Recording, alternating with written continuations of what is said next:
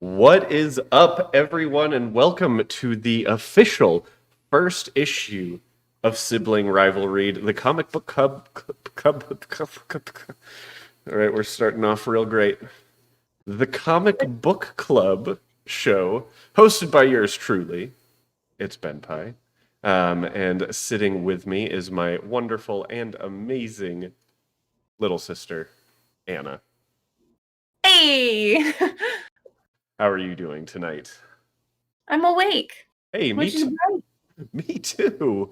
It's a miracle. It is a miracle that we are both here, ready to like really ready to go. Delve in. Yeah. Cool. So our first book, if you guys saw the announcement video that Anna and I did this time last week, we are doing a comic book club where we pick out a comic book each week and read it. And at the end of the week, we sit down and we record this little thing for ourselves and for anyone else who wants to read the books. And tell them our thoughts and whether or not we liked it. Really, with one of the main goals being that we get just a couple more people into enjoying comic books, as it's been a big part of both of our lives for as long as probably either of us can remember. Yeah. So our first book that we started with this time was The Amazing Spider-Man, Coming Home. The author is J. Michael Straczynski. The illustrator is John Romita Jr. and Scott Hanna. It is a very, very near and dear book to my heart. And we'll start out with kind of a very quick synopsis of what happens. This takes place later in Peter Parker's life. He's not Spider-Man in high school anymore. He's not even Spider-Man in college. He is Spider-Man looking for a grown-up job. And you kind of you see him on his normal patrols and doing his normal Spider-Man things. When he meets someone with powers just like him, which is something that Spider-Man up to this point had not really encountered. He'd seen plenty of other superheroes, a la the Avengers and all of that, and of course there are all of his villains that he has fought over the many years that he has been Spider-Man. But this is the first just random dude chilling, stuck to the side of a wall. And he introduces himself as Ezekiel. And they kind of jump around, swing around, and, do their spidery things as he asks the philosophical question of, did you just randomly get bitten by a spider and given these powers, or did the spider choose you to get these powers? And that, of course, leads Peter down a road of really not knowing what the hell just happened to him. But during all of this, he also speaks with his Aunt May, who gives him kind of a lead of becoming a teacher at his old school. So you kind of get to see Peter going back to his school and kind of seeing all of the same things that he had to deal with in high school happening again to a new generation. So you get kind of a little bites of origin story for Peter and Spider-Man, just out of him going to be a science teacher. And you also are introduced to the villain of this arc, Morlun, who comes in on a ship with a huddled, almost corpse of a person in in the corner, and being kind of shepherded by an accomplice of his. You see Morlun go up to a captive and take, just like suck the life out of him to become a little more human looking and less corpse looking, and hear that he is searching for Spider-Man, which leads us into the next issue where Peter Parker goes to his first day as a science teacher, and immediately he has to deal with an old student of the school coming in and trying to shoot it up, but really being unable to be Spider-Man because he was in the middle of teaching a class. Has to use his own ingenuity and some of his classmates' ingenuity to subdue the gunman and go on from there. After that, he does get to meet up with Ezekiel and learn more about Ezekiel's origins, and learn that essentially there are totems of power, at least by what Ezekiel believes. And what Spider-Man has been dealing with his entire career are not the pure totems. They're kind of imitations because this spider totem had arrived in New York. And Ezekiel believes Spider-Man to be a pure spider totem, which then leads to the question of, did the spider choose Peter to get all of these powers? You do learn that Ezekiel himself got his powers from some wacky voodoo Indiana Jones shit, and has had it for quite a while now. But because of him learning all this wacky voodoo shit, he was able to learn about Morlun, who is essentially the devourer of these pure totems and has lived for thousands and thousands of years, just taking the life energy from totems in order to sustain himself for as long as he's been around. And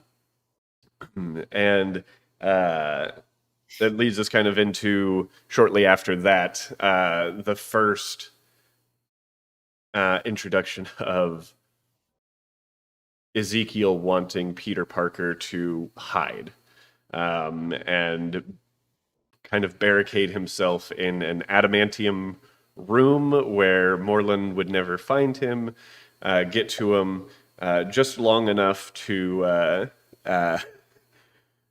wait out Morlun searching for him. And I believe the just long enough was 5 years? It was quarantine, but worse. It was quarantine, but worse. Yeah. I mean, the digs looked nice, and Ezekiel was definitely going to do his best to take care of Peter Parker. But that is, hiding in a room for 5 years is not really the Peter Parker Spider-Man style. And there's a side of Spider-Man that you don't see often, and that's cockiness. And I think there was some mild cockiness in the fact that he's saying, I've dealt with a lot of other things that have been trying to kill me. How is this guy any different? Him meeting this guy and finding out that he cannot tire Morlun out at all in a fist fight. And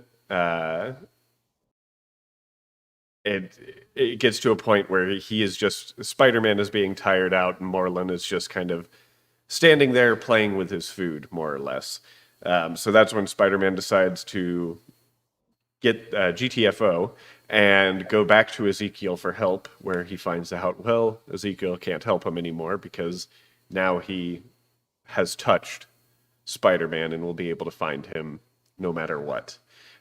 Which brings us down this whole road of Peter Parker doing the Peter Parker things that he does and trying to determine how it is he can defeat Morlun. And Spider-Man essentially goes straight out looking for Morlun again, fighting him with more aggression, but again has to run away. It gets to the point where Morlun is like, well, if you're going to just run away from me, I'm going to start attempting to kill people around me because I know you can't resist saving people. And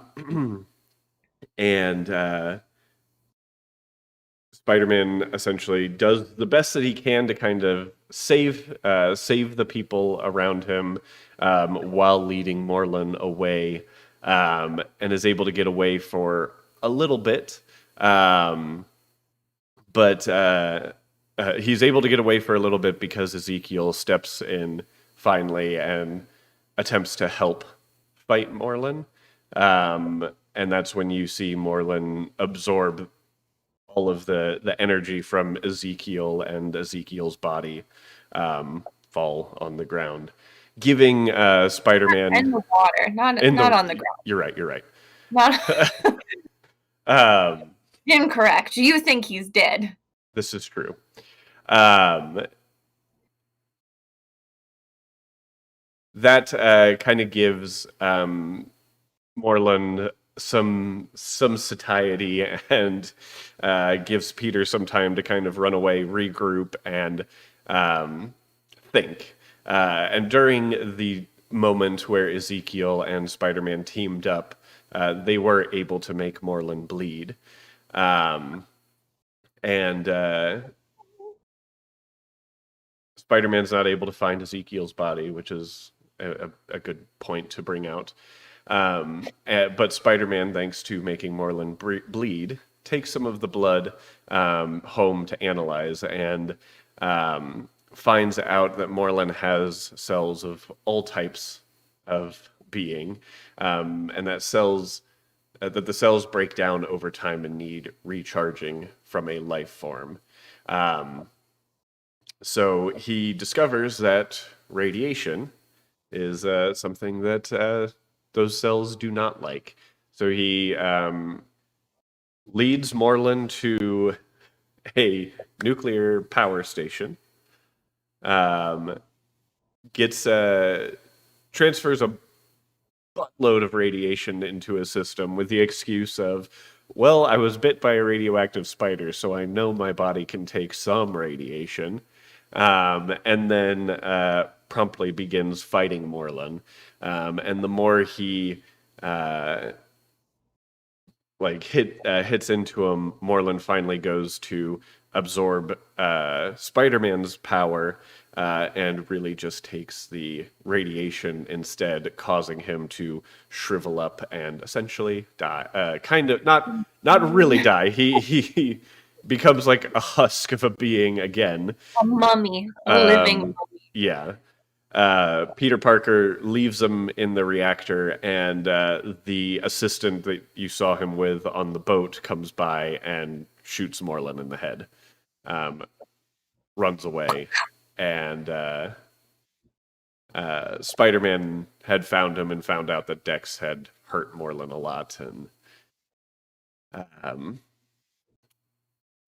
Spider-Man then goes back to where Ezekiel works and finds that the entire offices are completely vacated, and that Ezekiel could potentially be alive, since he sees some barefoot prints on the windows there. And finally, he goes home, absolutely tired, exhausted, passes out. Aunt May's been trying to talk to him for a while throughout this, and comes into his apartment to find a Spider-Man costume in the dirty clothes basket and on half on Peter Parker as well, ending coming home as a shocking reveal to Aunt May that Peter Parker is Spider-Man. Whoa. Yeah, whoa, who would have known, right? Um, so I do want to say I picked this book because obviously I love Spider-Man. Spider-Man is really the first comics that I ever started reading. Um, and this book was released roughly around the same time that this collected book was released roughly around the same time that the Tobey Maguire Spider-Man movie came out. Um, so I had seen that. I was all gung ho on comic books. I had my parents took me to Barnes and Noble, and I went and found the comic book section of Barnes and Noble, which it's gotten a lot bigger since then, but at the time was like maybe two sets of 4-foot shelves um, of comics, and I was like, okay, I want to find Spider-Man, and I found this. I grabbed this book because it said Volume 1 on it, and I was like, good. Here's a Volume 1 that I can grab and start reading. And then I also grabbed Barnes and Noble at the time was doing like the collected editions of the first 10 issues of every hero comic, and they had a Spider-Man one, they had a Hulk one, an X-Men one, all that sort of stuff. And I grabbed the Spider-Man one. So in one hand, I had my first 10 issues of Amazing Spider-Man or Amazing Fantasy. And then in my other hand, I had this very modern story of Amazing Spider-Man. Took them home, read them both, and just that was the beginning of the end for me. Um, because yeah, as soon as I started reading this, I then decided I am going to read every single issue of the Amazing Spider-Man, and I did that, and I have been fairly good at keeping up with Amazing Spider-Man ever since. And what year did that Spider-Man come out? Was that 2001? I want to say it had to have been 2001 because I feel like the World Trade Centers were still in the movie. I think it was 2000. It might have been 2000 or 2001. So I was what, 10, 11 years old? I've been reading Spider-Man for 20 years. Oh my god. Which really, I guess for as long as Spider-Man's been around isn't that long, but That's okay. Show your age. thanks, Anna. You're welcome. So Oh, gray hairs. I don't have any gray hairs. Excuse me. Excuse me. So yeah, that's kind of why I chose the book. So let's get into our first question, and that is, Woot. what do you think of the story?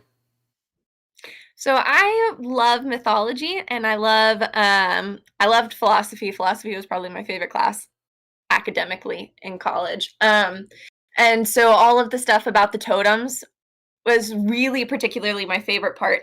And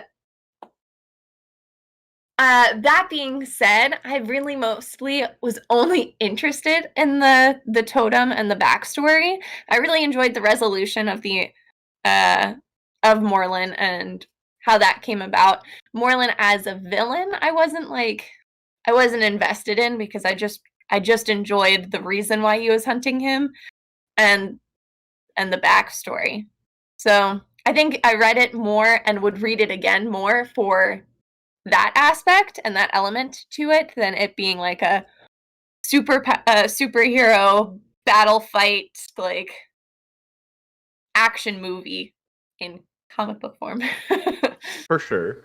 It is a good point to bring out that in this, I do agree, Moreland wasn't the strongest villain. He was definitely an interesting villain, and this is the first time that we ever met Moreland. And it's a wonderful, wonderful thing that we met Moreland, because without Moreland, we really wouldn't have had um, The Spider-Verse. comic book version of Spider-Verse. Because I don't recall. I do recall Moreland was not in the animated Spider-Verse movie. Or at least the first one, because I think they're making a second. God, that movie was so good. I could be wrong, but I think they're making a second. But regardless, the introduction of him is really awesome in hindsight. And I think one of the nice things about introducing a completely new hero or new villain is this was a volume 1, and I do believe it is a good starting point for people wanting to read a Spider-Man comic. You get a little bit of Peter Parker backstory, and the first villain that you meet is not one that he has a relationship with already. So you're not, getting a lot of the nuance that you usually would in that thrown at you at the same time. Right. And I mean, just to hop on the Moreland as a villain, because this is also the first time you're introduced to him, and when you end your reading of him, he's kind of dead. There's little character development, so you don't grow attached to him in any certain way. You don't develop any certain feelings. So with that, it's like one of the best starting points just to develop a relationship or a connection to the main character, which is Superman, Spider-Man. Spider-Man. How dare you get that wrong? Sorry. But I do think that that in and of itself is one of the main reasons why I end up loving this one so much. It is a great starting point, and as weak as Moreland starts out, again, I love what he does in the universe later on. What'd you think of Ezekiel? So it's one of those things where I wasn't, honest to God, I wasn't really all that interested in the characters overall, aside from Spider-Man, because I was solely interested in, I think my favorite part was, I think it was like the second part or the third part where they really have lunch and they delve into the totems. Right. I think that's the second part. I think it's like, yeah, issue 2. It's issue 2 or 3. Yeah, but which is mostly when you see Ezekiel, I feel like, in that conversation. Right. I mean, aside from that, as a character, he was kind of just very old-fashioned. He was an older Which dude. made sense. Yeah. Made sense for his character. Yeah. I mean, I feel like it's really hard for me to say I liked a character or I didn't like a character that was completely new and introduced in this arc, because I wasn't focused on the characters. I was so enveloped in the backstory. I keep saying I loved the totems, but I really, really did. Yeah, absolutely. I mean, that was easily one of the biggest parts of the book was going over the totems and introducing Moreland as a villain while introducing this new character of Ezekiel, while also explaining where Spider-Man's powers come from. There was definitely a lot of information in this, and I do believe that it was a good balance of information, a good balance of backstory for those who might not know that much about Spider-Man, and a good balance of action. Yeah. Like there's definitely not, you're not left thinking, oh wow, nothing really happened in this kind of Right. thing. I will also say that, I mean, after reading it, I'm more interested to see Ezekiel come back than I would be, not knowing anything about the Spider-Man universe and how it progresses, than I would be initially to see Moreland come back somehow. And that's me saying it because, and like from a viewpoint where if I don't know what happens with the Moreland character Mm-hmm. later in the comics. I think so. Kevin And all on that board. Kevin in chat brings up that the idea of totems is cool because you can imagine all the other Marvel characters that might be totems as well, which is huge. Like it's a Mhm. really enjoyable thing to kind of sit there and be like, oh wow, Spider-Man is this spider totem, but there are many other heroes in the Marvel lexicon that could potentially also fit in this. For sure. One of my favorite things was when they're showing the panels of like all the characters that are villains that are fake totems. It Mm-hmm. just totally made me think of do you remember your old Spider-Man character introduction, like identification book? Yes. Your Spider-Man encyclopedia? Yep, My I do. mind just went through that paper by page, like page by page, and I was like, oh, so good. Because I had that for Spider-Man, I had that and for X-Men. Yeah. I had one for each. So yeah, and yeah, I mean 100%. Like you see Captain America and him there, and he attracts the villains that are also highly political, like Yeah. Red Skull and Baron Zemo. Zemo, was that his name? Zemo, I believe. And I don't then read. you've got the X-Men who fight very idealistic battles against each other as well, against It's other that mutants. whole you'll find people alike and you'll attract them type of a thing. Exactly. I Yep. don't know the quote. I'm so bad at that quote, but that's the gist. And then Woo. how almost all of the major villains for Spider-Man, Or Doctor animal Octopus, or the Vulture, the Rhino, the Scorpion, the Lizard. It's very cool, and it even some lent, allies are like other spider based or animal based. yeah, So Black Cat. yeah, Um, exactly. you know, it's very interesting, and I think it lends itself really well to showcase some great art. Which is why I bring you here. Not just because you're a great conversationalist when it comes to the comic books, but you're really good at talking about the art. So tell me, how was the art in So Coming Home? I loved the art. Obviously like the iconic colors, and I really liked the compositions of breaking the borders, which I feel like Spider-Man does more frequently than other comics have done, especially back then where they come out of the panels and really kind of encapsulate the entire page.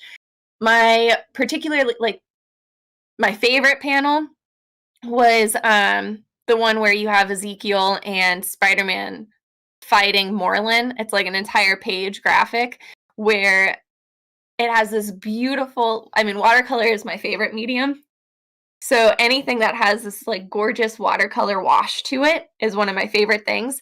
But just the time lapsing, there's another panel earlier on in the comic that does something similar, just without that watercolor aspect. Where that one's all extremely graphic, of just Spider-Man fighting Morlun, and then this one with the two of them, it encompasses more bodies, and all of it is time lapse to show like the progression of a fight in a single panel. That is just absolutely hazardous and amazingly done.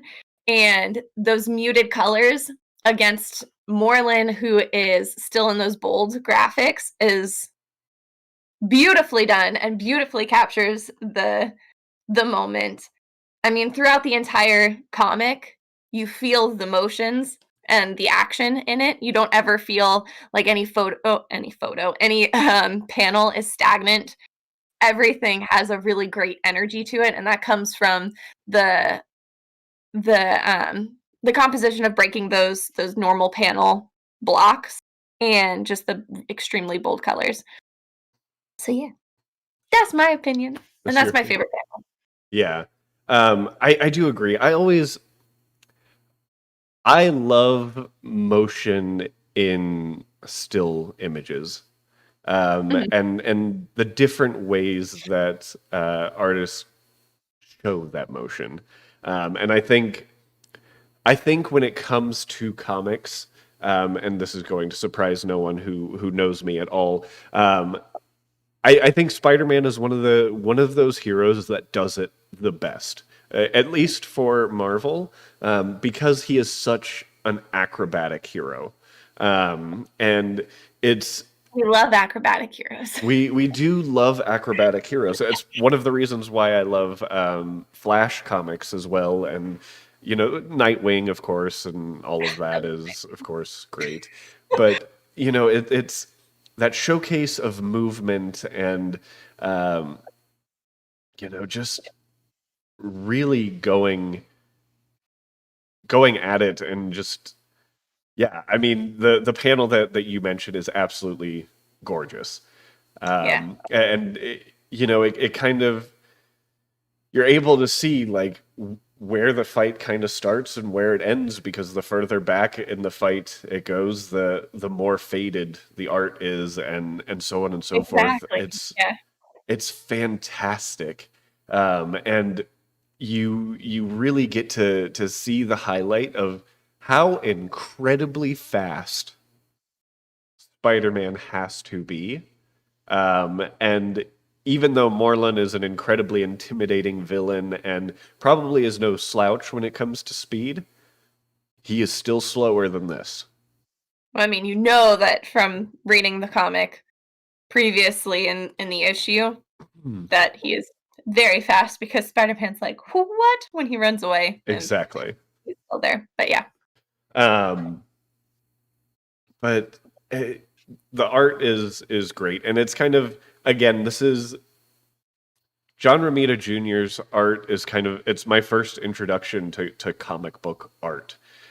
So when I compare comic books to other comics and things like that, this is the kind of art that I really enjoy looking at, and it's that it has a good mix of um, I'm gonna say this all the styles wrong, but like the kind of more cell shaded, like 3D looking images layered in with these kinds of panels that are a little closer to the classic comic book art style. Yeah. Obviously, it's still very modern looking, but you look at it and it's like, yeah, I can see, this Spider-Man right here. He looks like the Spider-Man towards the end of later Amazing Fantasy books, um, Mhm. and it's awesome. Um, for me, one of my favorite things when looking at these art panels are the stories that they tell, though, and the amount of emotion that gets shown in the art. And that's why one of my favorite panels, if not my favorite panel, is uh, is Aunt May coming into Peter Parker's apartment and finding the absolutely torn to shreds Spider-Man costume and Peter Parker just wrapped up in bandages on the Mhm. bed, so passed out it's not even funny. And it was a great end to that first book where it was like, oh shit, something's happening here. Um, and it was a really good thing when I was 10, 11 years old and read this comic, where I was like, well, this is where my money's going for the rest of my life. Um, so that was like, whew, excuse me. That was one of my favorite panels, if not my all-time favorite panel. I did have another one where I really enjoyed it because both of us did theater. We did different aspects of theater. I did more acting, directing, and you work in costumes. So you know the and there's a reason why I bring this up. Acting and bringing out facial expressions, it is challenging by itself.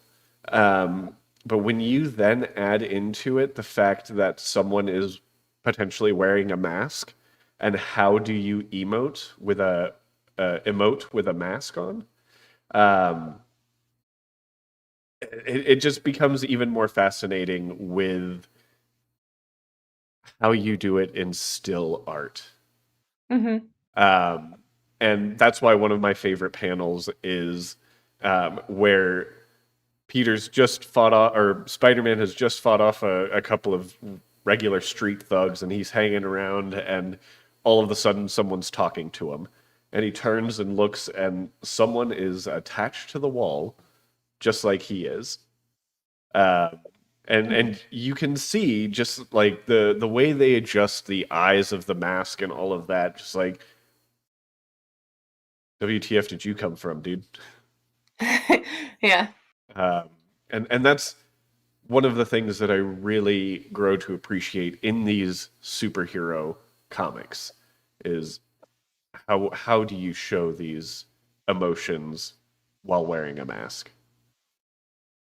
And Yeah. and they cheated in the new Spider-Man movies where, you know, they did give him eyes that emote, but And it looked great. it looks amazing. I'm not going to complain about it because it does what the comics do.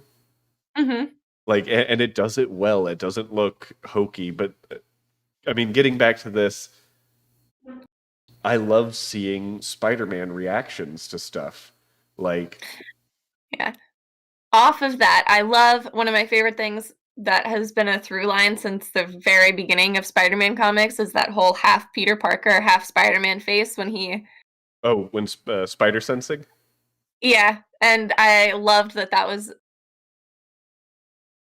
a moment in there. I mean, even if it's only shown once, it's one of my absolutely, favorite things that continues throughout, which also shows great emotion and just really captures what you would imagine the feeling to be. yeah, absolutely. It's Spider-Man is kind of cool in the sense that every artist can kind of show different ways of what his abilities are, because like you say, it's not showing um, spider sense is not an easy an easy thing to portray, but yet a lot of artists do it the same way. Um, but yet there are just some subtle differences to how they do it, and I think it's great. You had a couple of honorable mention panels, Oh, didn't they you? weren't really honorable mentions. When I was reading them, they were just moments where I had to stop and laugh and really regroup that this is a comic that you watch when you were like 10 or 11, and I'm reading it now with all this other pop culture stuck in my head. So there was a moment that reminded me of Jurassic World where like Moreland comes crashing into the bar with Peter Parker when he was trying to hide. And there's a guy who runs out of the bar with 4 pints of beer. And it reminded me of Jimmy Buffett in Jurassic World with the margaritas. And it made me laugh so hard. And again, like I was like, but this came first. So, and another part was when there's a moment where Spider-Man is really just trying to stay alive, and so he keeps hitting, and all he keeps saying is just keep swinging, just keep swinging. And I couldn't for the life of me stop singing Just Keep Swimming from Finding Nemo. Just And it keep didn't help that swinging, just keep swinging. exactly. And it didn't help that the villain's name was Morlin, and Marlin is the fish, and so it was just like, ugh, I wish I didn't know that movie. They weren't really honorable mentions for the art, just for the pun Just for of it the all. pun itself. Yeah. And I was like, "Oh dear God." My honorable mention would have been that, like, for a panel being a serious panel, would have been The the totems. page 6 of the yeah. Yeah. Yeah. Yeah. Um, well, I mean, we've talked about the book, we've talked about the art. Which I'm also a huge classicist about art, so, like, my favorite panel being reminiscent of actual, like, brick and mortar rendering style versus digital coloring, which digital coloring can look absolutely beautiful. That's not what I'm saying, but just wanted to throw that out there. It's funny because my two sisters do art. They art around. They art and fart. But Sarah is a lot more into the digital. The digital, which she does rendering. great at it. Yes, absolutely. Not like And then for as long as I've known you, it's always been on a piece of paper. yes. So there's definitely something to be said about each style. And then I just take pictures because I can't draw on anything on any surface. You can draw Pokemon. Thanks, Anna. Your Pokemon aren't bad. Okay. I drew Bulbasaur once. But he's the best. Let's get into our ratings. Okay. Okay. You go first. Okay, so we're gonna start with story. And I think I'll probably always be going first on story ratings. We'll have you go first on art ratings and such. Dig it. So when I'm looking at my story ratings, this one's a really tough one because there's such a nostalgia factor to this one for me. And I'm always going to want to rate it higher, and I'm going to try to be as objective as I possibly can. But with the fact that it is a great story without having to get into being an origin story for Spider-Man, or a great story, a good story, while introducing some villains that if you're getting into Spider-Man because you want to read things like Spider-Verse, this is, I think, a really good altogether Spider-Man book to start your Spider-Man adventure with. Yeah. So Sorry. I think story-wise, I give it... Oh, God. I feel like I don't even remember what I gave it the first time we attempted to record this. I don't remember. I think I want to give this one... I want to give it a solid 8. Out of 10. Out of 10, yes. Because, again, it's a good jumping on point for Spider-Man. It is a solid story. It's an interesting story, and it's not your average run-of-the-mill Spider-Man story while still giving you this is how Peter Parker and Spider-Man are.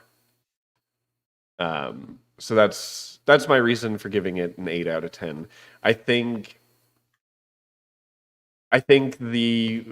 Moreland could have been a little more fleshed out in it. I'm kind of disappointed that he wasn't, because this comes out in 2001, and Spider-Verse comes out in 2016, I believe. So it's 15 years before we really see Moreland make a comeback. Mm-hmm. So those are the main reasons why I would give it a slightly lower, not a 10, but an 8. How about for you? So, okay. So in my head, I was like, oh, I'm probably going to score lower than you, which I'm leaning more towards a 7 than an 8. And that's mostly just because it's a great book to recommend to somebody who wants to start out reading Spider-Man. It's an absolutely great jumping off point. It has amazing backstory and world building with the totems. But I wasn't attached to the other characters. I didn't really care about what was happening with the villain, which is kind of one of the main, aside from his connection to the backstory with the totems. Mm-hmm. So I'm more so, and I want to rate it higher than, it deserves a passing score.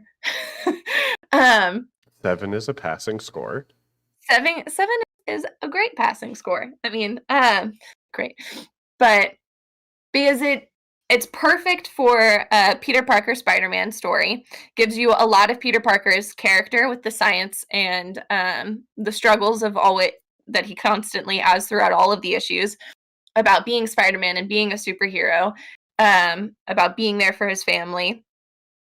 And I just really liked the backstory. The only thing that fell short was character development for everybody else around him.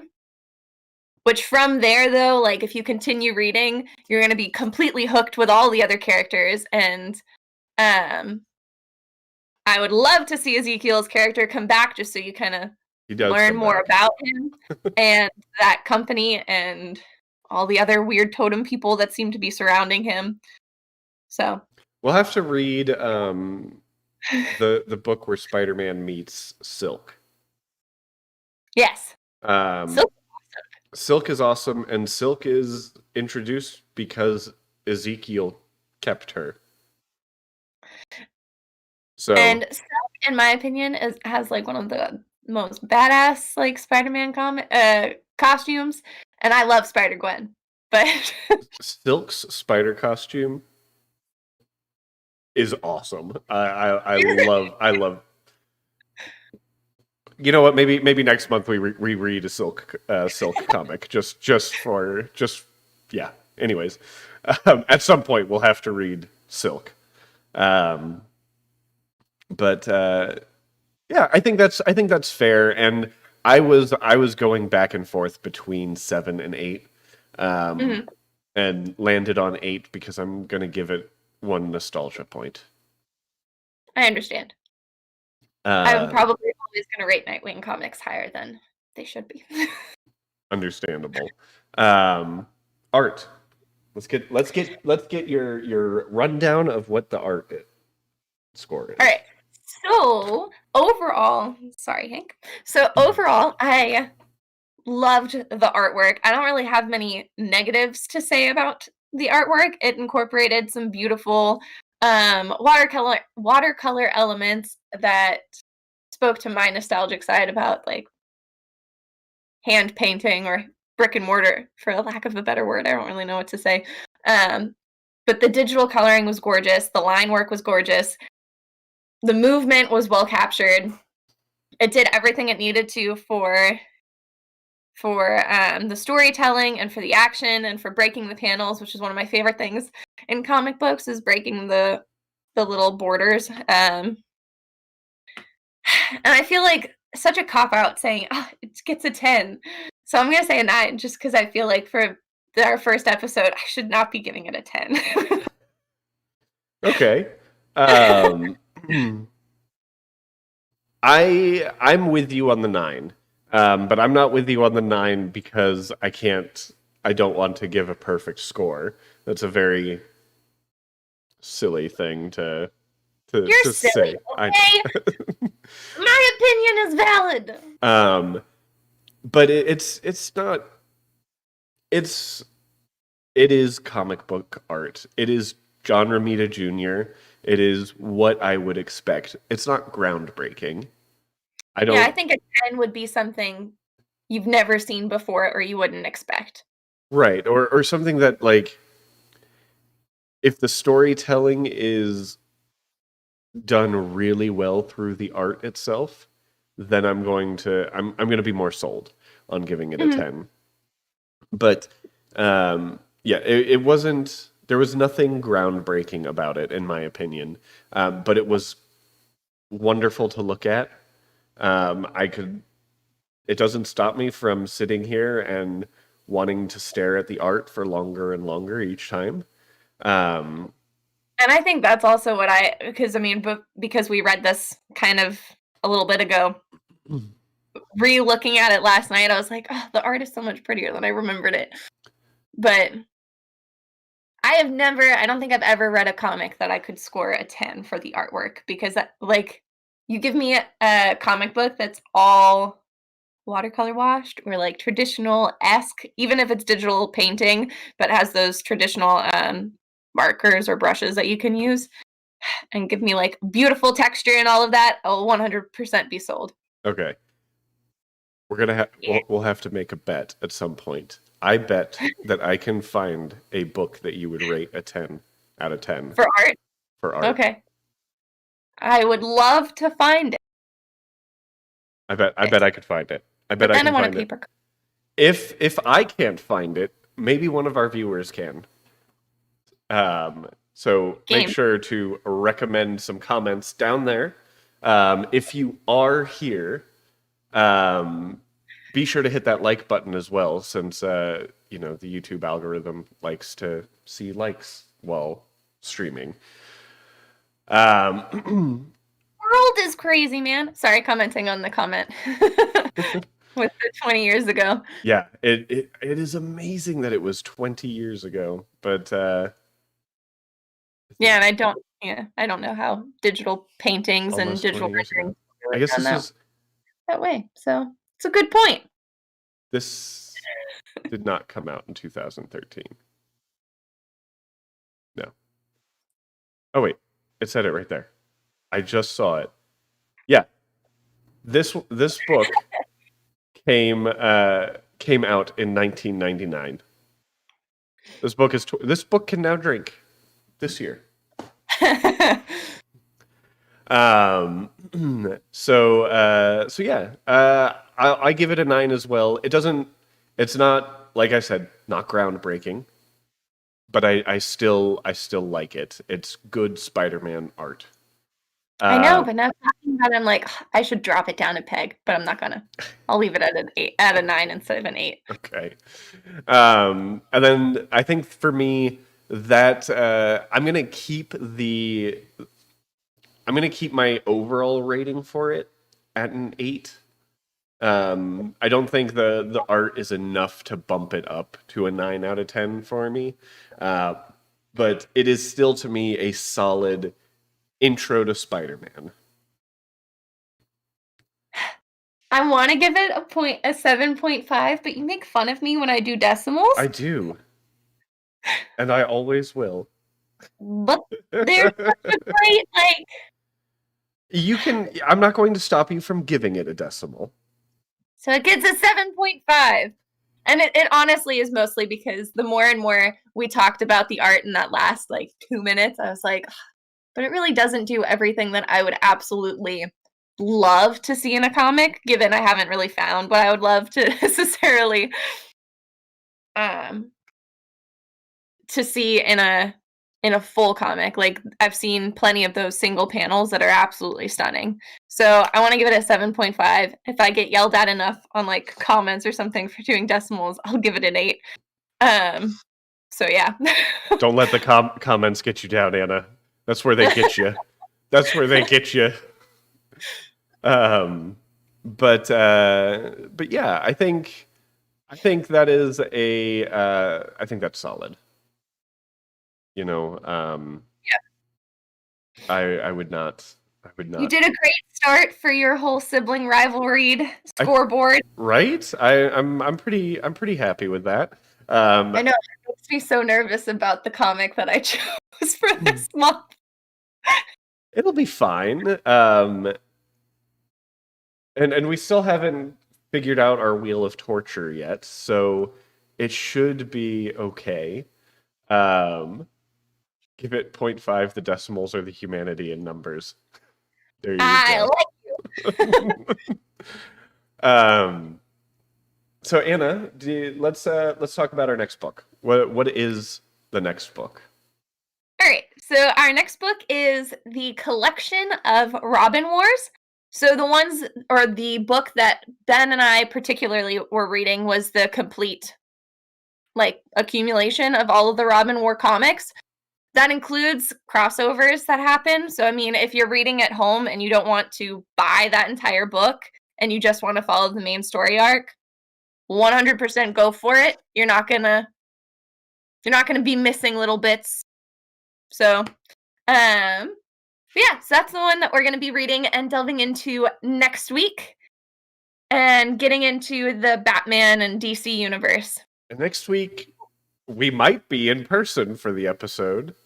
We might be in the same room. Oh, yeah. I was like, no, we won't. Christmas. But Christmas is is in Christmas 4 is- days.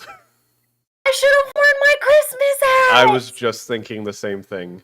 We can wear our Christmas hats when we're in person, and we'll do it as a New Year thing. It's not too late. But I made them so pretty, and I haven't worn mine yet.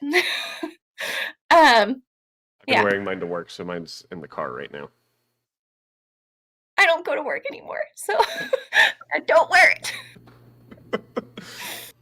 You're always at work because you run your own stuff. Yeah, but Real quick, Nobody- guys, in it. go ahead and leave a comment down below. Tell us what your favorite parts of the book were. Tell us what your ratings are, because we will take some average viewer scores into account for our scoring to see who wins each month. And yeah, like she said, Robin War is our next book, and hopefully we'll be in person. My parents don't tell me when they're coming to visit, so we'll figure it out. Be sure to follow us both on social media. You can follow me on Twitter. It's BenPai, ITSBENPAI, just like the channel name. And you'll pretty much find me on any social media at that. And Anna, I am only on Instagram. an artist only on Instagram? What? Yeah. I have 2 accounts, one for art and the other one my personal account, which I'm currently doing a 12 Dogs of Christmas, which is really just my dog Hank 12 times. And that one is Anna Riddick. And that's the entire username. And then the other one is a Riddick No, design. I think it's Anna_Riddick. Yeah. Yeah, I think so too. I mean, you'd find it if you searched Anna Riddick. Which sounds would like a assume. disease. Or an eating disorder. You're not anorexic, you're anoretic. No, but we did have a Halloween decoration tombstone, remember, as a kid that Oh, yeah. had my name on it, and it was Hannah. Yeah. But yeah. I also really, really want to hear everyone's favorite panels on comments if you want to do that. Which you Alrighty. said, but I'm just making sure that the panels, because I like hearing other people's art opinions. Absolutely. And guys, until next week, be sure to keep those poll lists full and read as many comics as you can, because what else are you going to do with your time? We'll catch you next time, guys. Thank you so much, and have a good one.